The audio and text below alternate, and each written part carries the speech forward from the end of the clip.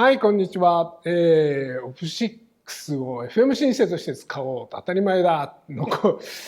動画。これでFM に特化したのは3回目ですけども、基本的にはもうどういうものかっていうのはなんとなく分かってもらえたと思います。なんか思ったより全然難しくないやっていうふうに、思っていただけると思うんですけども、ただ間口的には整理したら簡単なんですけど、FM とは実はもうやっぱもうこうなるのっていうのがいまだに、僕も分かんないところがありまして、実はだから FM が出始めた時に FM って全部偶然じゃんみたいな流れがあったんですよね。でそうじゃないんじゃないっていう、制御した作り方、をやっていくことで、いろんなそれまでないような音色はできるということが分かった。でそれ以後も FM シンセサイザーっていうものがなくなったわけではなくて、いろんな面では残ってたんですけども、やはりなんだろうな、フィルターみたいにこう引き算すれば音ができるっていうのじゃないところ、要するにあまりにもキャパシティがでかいというか、可能性がでかすぎるところでみんなちょっと面倒いってなったのは確かかもしれないですね。で特に、2000年代に入って0年代からやはりサンプリングの技術がすごい上がったこととメモリーの値段が安くなったということで、基本的に元のウェーブがある、例えばピアノを作るならばピアノのウェーブ使って、あとはもうシステム的な減産型の、つまり普通のフィルター型のシンセ使っちゃえば音できるしっていうふうに流れちゃったのが大きいかなという気がします。でも一番いまだにまだシンセサイザーとしての可能性とかポテンシャルが残ってるシンセは FM シンセなんじゃないかなという気がします。ということで、前回はすごいそのベーシックなところからやってきて、エレピ作ったりね、ちょっとエスニックな感じと作ってみたりしたんですけど、でもう一個前回これ実践してなかったんで、これもちょっとやってみようかなと思うんで、ですが、いわゆるベル的な音、これが周波数比で、音できますよっていうことを、ちょっと特定の周波数比でね、すごいベルっぽくなりますよっていうことを、これはもうちょっと実践で、見てもらおうかなと思います。でやっぱり、アルゴリズムですけど、今回はですね、これで2段積みまでいったんで、今回3段積み3段積みみたいなところまでちょっと言ってみます。はい、これですかね。はい、これ3段積みです。もう3段積み超えたらもう何も怖くないというか、上に積んでいく。要するに一番上のやつが2番目のやつをくすぐって、そのくすぐった勢いで一番下のやつをくすぐるということになります。この状態なんですけど、まずはですね、1番目、キャリア。これは何も変わってないですね。で、3段積みするとどうなるかっていうことを、まず端的にここだけで見てみますと、これで最高レベルに持ってきますと、この程度なわけですよ。じゃあ今度は、てっぺんのやつですね。これ条件としては一緒です。制限波で、レシオ1ですが、上げていくと、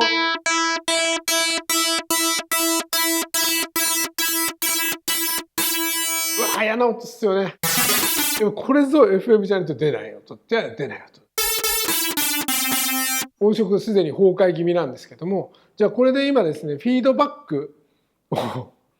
上げてみたらどうなるかと。一番上にあるオペレーターさんのフィードバックを上げてみましょう。どうなるか。もう完全崩壊。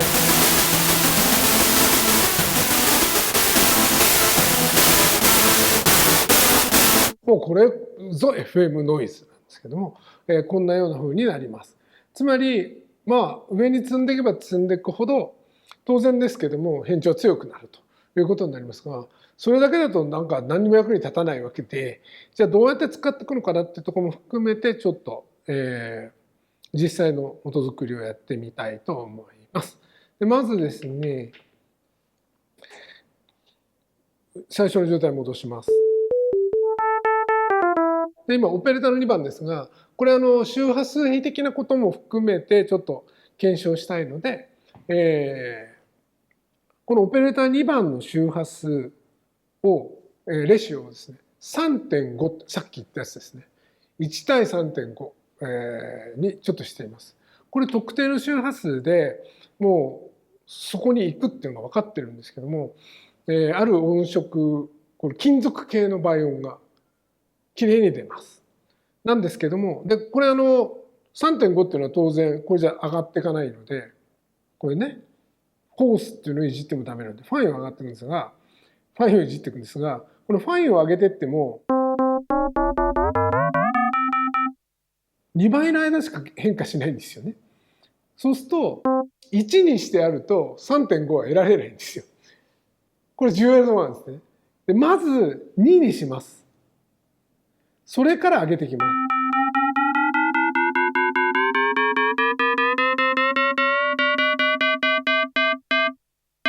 はい、これで1対 3.5 の周波数になりました。ちょっと聞いてみますと、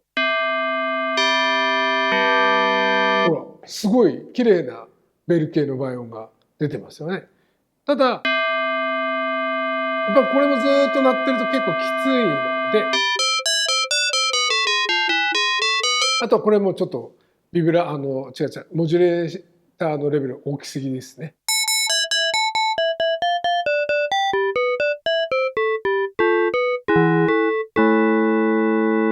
じゃあ、まず、キャリアのエンベロープ。これをちょっとリリースで残るようにちょっと変えます。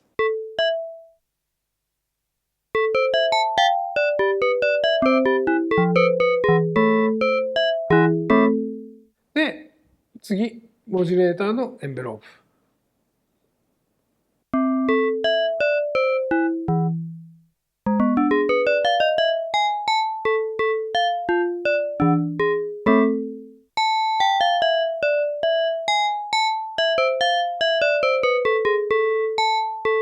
いわゆるこれ FM ベルですね。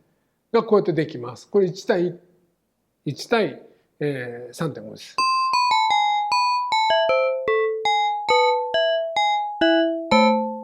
さあ、じゃあ、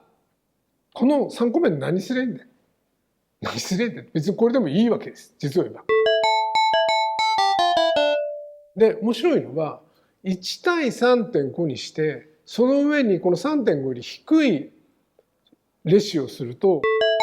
低い倍音が出てくるんですよ。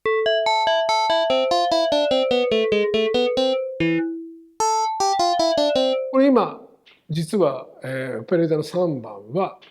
1です。1のままです。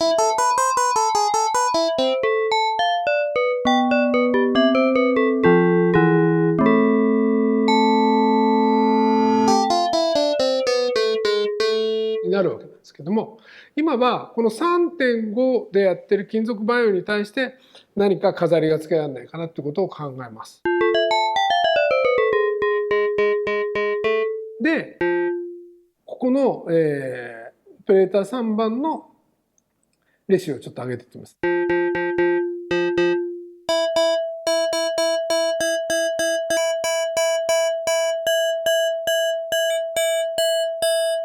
当然のことながら高い場合、今10まで上げました。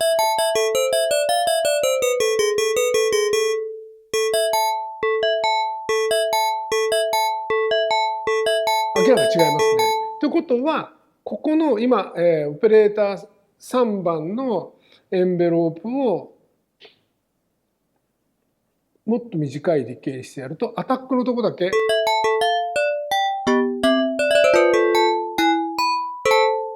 これオペレーター3番がない状態はこうです。足すとより綺麗なアタックが出てきますよね。なので、これで今、何か忘れてませんかっていうと、ベロシティを忘れています。ベロシティを入れてません。で、ベロシティをここに、やっぱり、ね、FM ってのはベロシティがものすごい重要です。ベロシティが効かないと、で強いタッチの時だけ、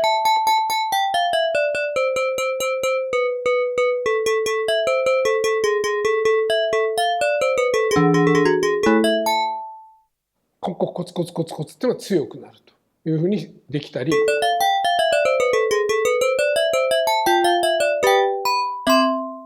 それからあえてこの上に載せたオペレーター3番のアタックタイムを少しのろくするっていうようなやり方もあります。で、今アタックなんで当然速いんですけど、これわざと遅くすると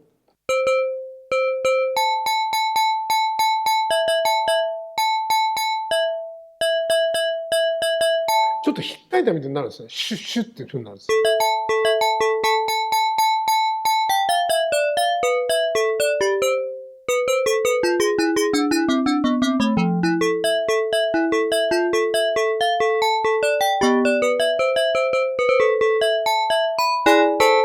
ちょっと自然楽器だとこれどうやって演奏してんだろうっていうような感じの音にも、変えることができます。まあみたいな感じですね。だから上に積んだでいくってことは、2つのオペレーターだけだと出ない要素をさらにそこに加えるということだというふうに思ってもらえばいいです。で今このアルゴリズムだとこれと同じ組み合わせのものがもう一個あるので、これをダブルにして例えば D チューンをかけて一個音色を完成させるってやり方、これがまあ一番なんていうかメジャーな使い方っていうかねかなと思います。はい。で、他にもうキャリアが一つしかなくてモジュレーターがうわーって言ってたかってくすぐってるっていうやつがあるんですけど、これなんかも全部それですね。使い方としては一つのキャリアに対してあるものがモジュレーターをかけて別の形でモジュレーションをかけていろんな要素を加えて一つの音色にしていくということなんです。でこれと例えば、一番最初にやったエレビみたいに、2個ずつ組み合わせて全部足すっていうのとどう違うかというと、実はすごい似たような形にはなるんですけども、厳密に言うと全部掛け算になるので、ベロシティに対しての反応っていうのはやっぱどっちかって言ったらやっぱりキャリアが少なくてモジュレーター多いやつの方がリアルな音色っていうふうに、なっていく、というふうに思っていただければいいかなと思います。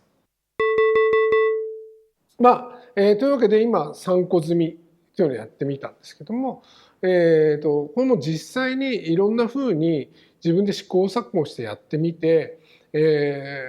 あ、これでこういうふうにできる、これでこういうふうにできるというふうにやる以外に手はありません。だから、もうとにかく多重変調の場合はある要素どういう要素を出したいのかということを明確に、意図して音を作っていくというふうにしてみてください。で、まあ FM っていうのは、まだまだ本当にね未知な部分が多いんですよ。未知な部分が多いんです。だから、今後もまだまだこんな音 FM に出んだっていうようなものができてくると思うんですけども、でオプ6はまあハイブリッドじゃないですか。ハイブリッドで実を言うと FM にフィルターかかってるのっていうのはFM っていうのは倍音を増やすだけのものだし、フィルターっていうのは削るものだから、これなんていうの、水と油だとマッチポンプなんだよね。マッチポンプっていうのは火つけといて消してるみたいな形になるので、だからじゃあどうやって使えばいいのっていう形になるけども、だとしたら僕が思うのは、全部6オペレーターを FM として使うというやり方ではなくて、例えばアナログ的なものを、5オペレーターじゃないな、4オペレーターはアナログ的に使って、そして後の2オペレーターもいわゆる FM 的な音を出していくみたいなやり方もいいのではないかというふうに思います。で今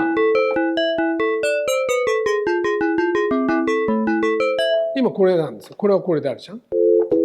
じゃあこっちは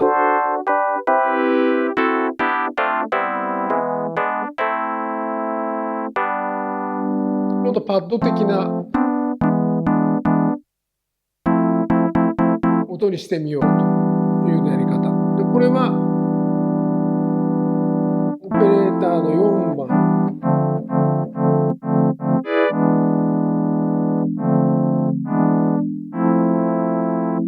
オペレーターの5番に、フィードバックをかけてみましょうか。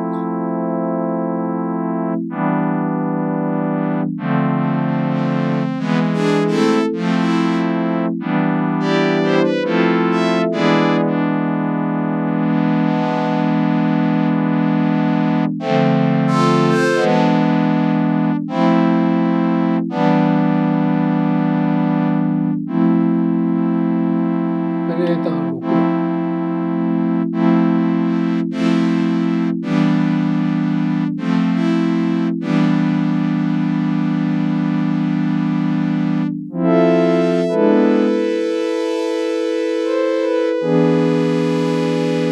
これオペレーターの6番のアタックタイムの呪いので、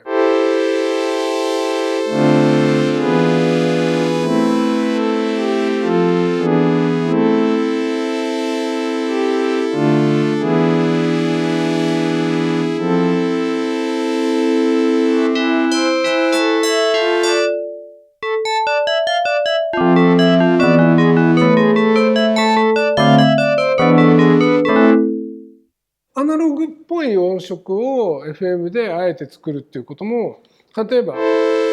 簡単にできてしまうの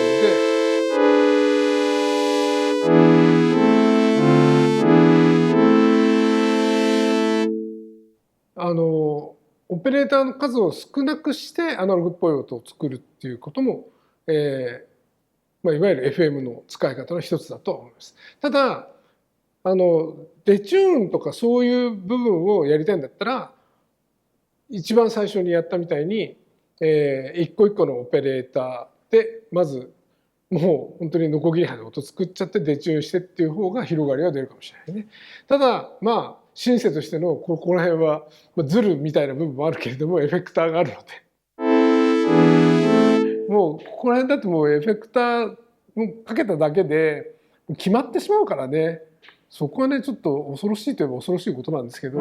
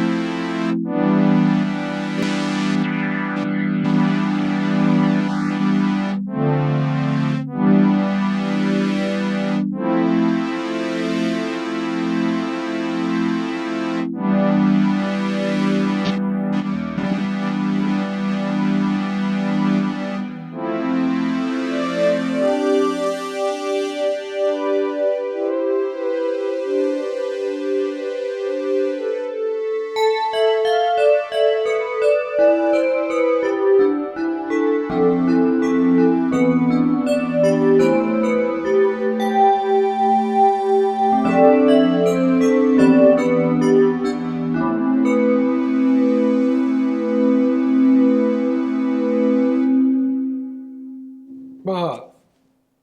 あさすがに水オルガンから2300年後にできた楽器かなっていう感じはしています。だからあえてシンセサイザーの理屈を最初から勉強するためにオルガン、アナログシンセ、FM シンセっていうふうに順番にやってきましたけども、最終的には全部自分で作りたいなと思う音色をうまく自分のプランの中で組み立てて、置いていけばいいのじゃないかなと思います。で実はもう紹介しきれないくらい実を言うとハイパーな機能があって、オペレーターに関してはすごい単純な説明を僕は実はしていて、こいつのオペレーターってもっとちょっと化け物的なニュアンスを実を言うと持っていまして、もう 普通の FM ってそれってどうなるのっていうくらいの深さっていうのが実はあります。だから僕もまだそこまでは理解しきってないので、また機会があればそこら辺の生かした音作りみたいなこともやってみたいと思うんですけども、今回に関してはオルガンから始まってとりあえず FM のシンセサイザーで全部混ざったハイブリッドというか総合的なシンセサイザーとしてのオプ6というような説明をしてきました。だから、オルガンがどんなものなのか、アナログシンセがどんなものなのか、FM 音源ではどんなものかってなんとなく分かってもらえたかなと思っています。で、そこら辺が分かってもらえれば、今回の試みは成功かなというふうに思っていますので、ぜひ皆さんこのオプ6一台で、シンセサイザーの原理全部学ぼうっていうことをもう一度、自分の中で反芻してですね、やってみてください。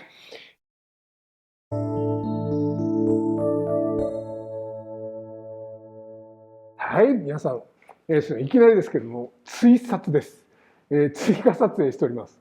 時はですね、なんと2022年2月、今、オミクロン株が猛威を振るい、なんと1日の新規感染者数が2万を超えているという状態でございます。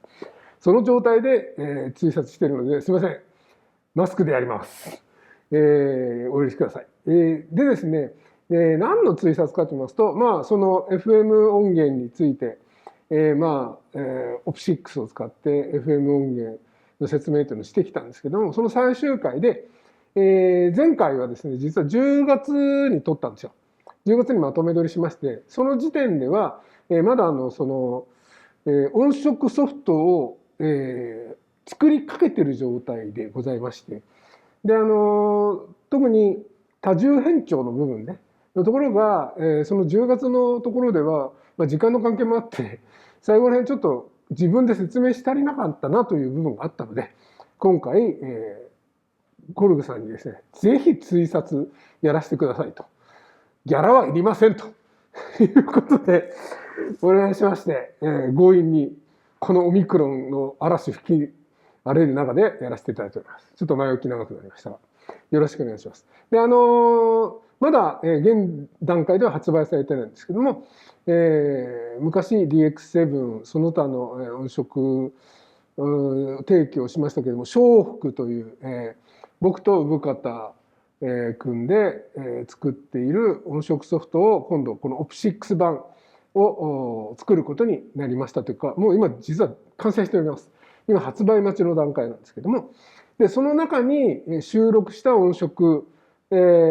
を利用して、つまりもうできた料理ですね。でこう並べて、でそれの中で、いわゆる多重変調を使っている音色がありますので、それをちょっと紹介しつつ、どんな構造になっているかというあたりをちょっと紹介してみたいなと思います。はい。というわけで、まずですね、このアルゴリズムを使った音色ですね。多重変調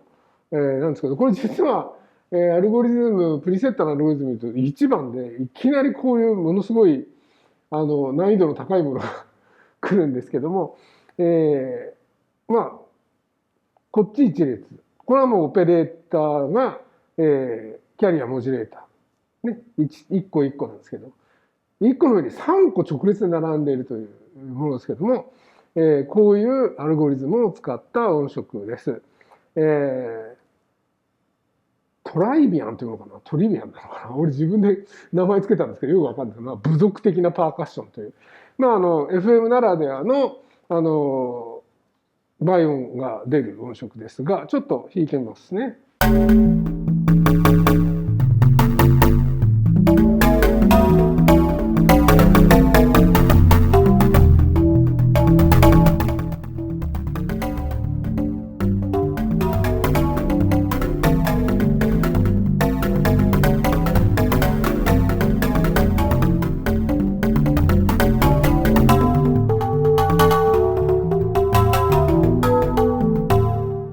みたいな音色になっています。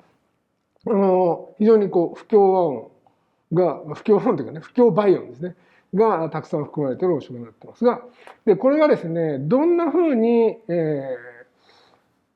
こう周波数を利用しているかということなんですけど、これも具体的に書いてみました。まず、こっち列が、まずキャリアが 0.5、それに対してモジュレーター 0.395。それから、もう一個の一列。こっちが 0.5 に対して 0.485、0.635、そして内側が 2.84。ものすごい、非正数字バイオンばっかり使っています。で、実際ちょっと音を聞いてみましょうか。どんな風になってるかね。まず、左の2つの組み合わせだけで聞くと、もうすでにこういう感じですね。じゃあ今度はこっちで聞いてみます。そうすると、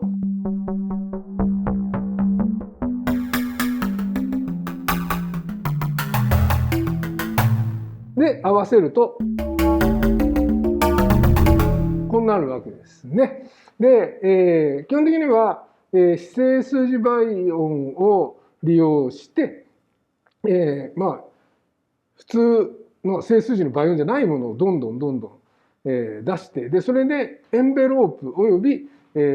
タッチレスポンスでコントロールする。で、それによって、まあ、サンプリング音源とは違う、まあ、なんていうか、本当に生楽器に近いような反応が起きるのが FM 音源なんですけども、それで、っていう、ダイナミクスを得ることができます。で、じゃあこのややこしいですね、周波数比、これはどうやって決めたの？正直言うと、これは試行錯誤です。もう、ああでもない、こうでもないって言って、これくり回して、あ、これならいい、これならいいという感じで、試行錯誤していく過程で、あ、この周波数比がいいなっていうのが生じてきます。だから、ここに紹介してるのが 100% の正解ってわけじゃないんですよ。たまたまこれは1個音色が成り立つということなんで、他にもたくさん可能性があります。それはもうカット&トライしていただければいいと思います。これ、小福に入っている音色ですので、本当にいろいろこの周波数比を、いじるというあたりでですね、皆さんカット&トライしてみてください。で、基本的には一番重要なのはこれも周波数比です。はい。まあ、エンベロープ的にはこれ長くしちゃうともう変なバイオンがベーってつながっちゃうだけなので、基本的にはもうエンベロープとほとんどいじる必要ないですね。音色変化させたいという時にはね。だからもう、これの周波数比をいじるというエディットをしてください。あとは、一番簡単なのはアウトプットレベルをいじる。こういうことですね。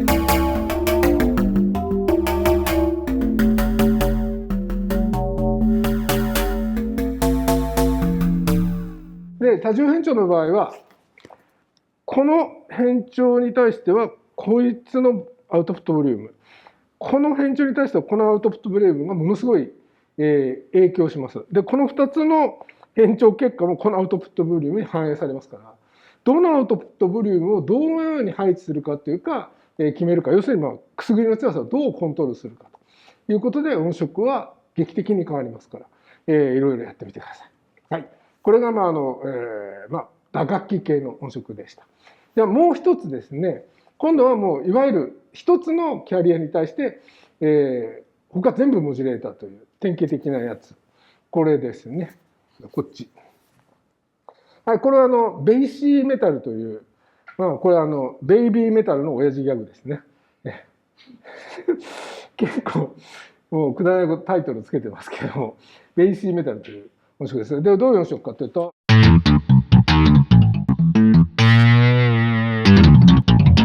シーケンスで、こういうのが入ってるんで、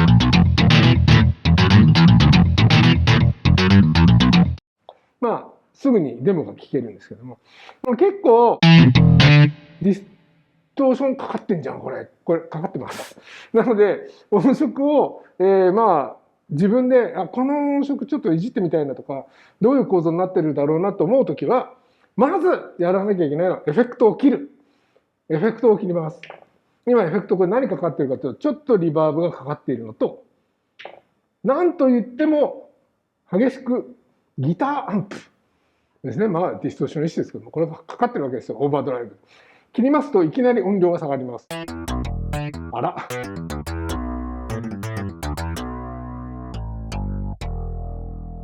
これくらい下がります。びっくりしてないからね。で、もう一つ、これはユニゾンモードというのが使われているので、ユニゾンモードも解除します。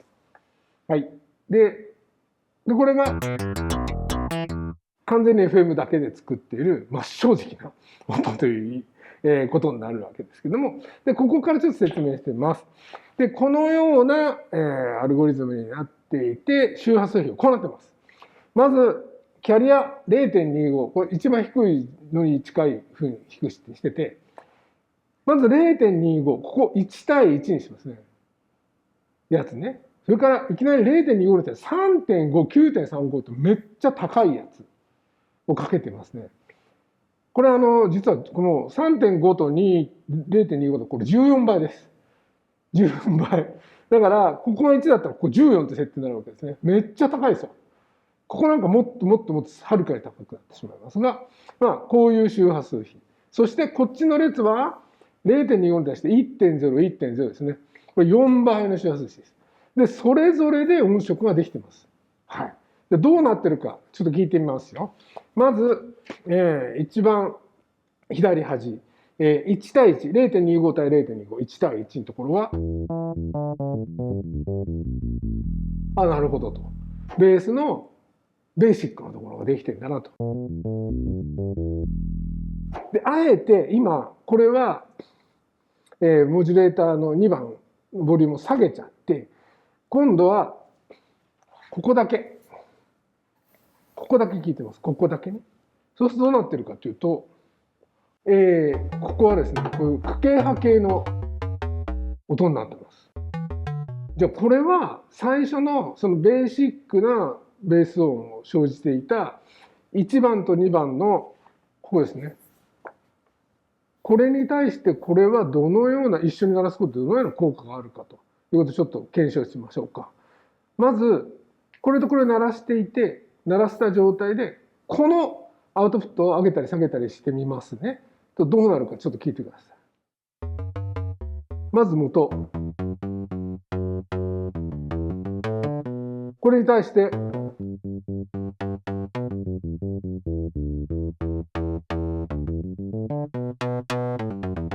中域がはっきり出るんですね。これすごいドンシャリの音なの。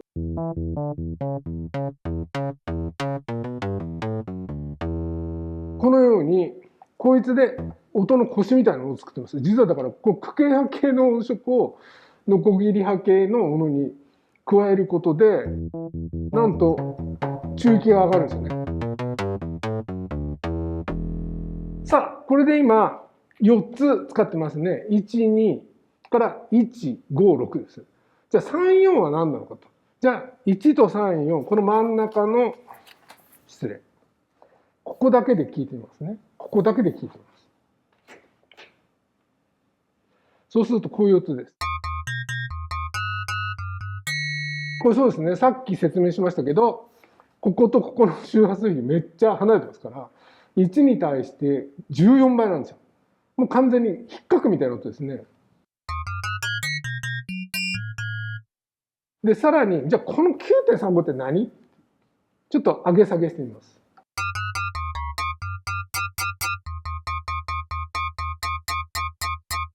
わかります？引っかき音みたいなのが強くなります。で、これをこのような状態にしておいて、じゃあちょっと、隣のオペレーターの3番のボリューム、いじるとこういうふうになりますね。だからこれとこれのバランス、すごい重要になりますが、いずれにしても、この真ん中のだけだと音にならないわけですね。全然、ただ、下がボーっとなって、キュッキュッキュッキュッって言ってるだけなんですが、これに、まず元の、を作っていたオペレーター2番のモジュレーターを上げてみますと、あららら、みたいなね。鉄弦の上の方の響きみたいな感じに聞こえるわけですね。で、あとはもうボリュームのコントロールです。強くすると、どのくらいがいいのか。どのくらいがいいのか。と決めます。で、これに対して、さらに中域を担っていたオペレーターの5番、上げます。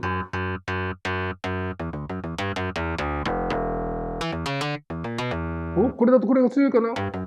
みたいな。ということです。なので、このベースをここで基本的なベーシックなのを作って、で、こいつは中級になっていて、ここで上の成分を出しているということですね。なので、これをエディットしてみたいなと思ったら、まずここの周波数比をいじる。それから、あとですね、ここですね。ここに積んである、こいつをいじってみると、結構あからさまに音色が変わります。というような感じでできているのが、これはベースっていう一つの、FM 音源、これ DX7 の頃からの典型的な音の作り方の一つです。だからカット&トライするときに、必ずまずベーシックで、ベースであればね、ベースの音色の元のノコギリ刃的な成分、しっかりした成分を作ってやって、その上に、例えばトッピングしていくという考えになります。なので、あとはもうさっきの、パーカッシブ音色と同じで、パーカッション音色と同じで、こいつのエンベロープ、こいつのエンベロープ、それからベロシティのコントロール。これで、いわゆるその FM ならではのダイナミックな音色変化の得られる音色ができるということであります。というわけなんで、こういうふうに多重変調の音色、今回の小幅たくさんありますので、ぜひですね、今ここで説明したようなことをヒントに自分で解析してばらして、こいつはこの役割か、こいつはこの役割かというふうにしていろいろいじってみてください。そうすると、この小幅という今回出す音色が、2タイトルで全部で50音色あるんですけども、100倍楽しめるものになると思います。というわけで、オミクロン吹き荒れる中から追察でした。ありがとうございました。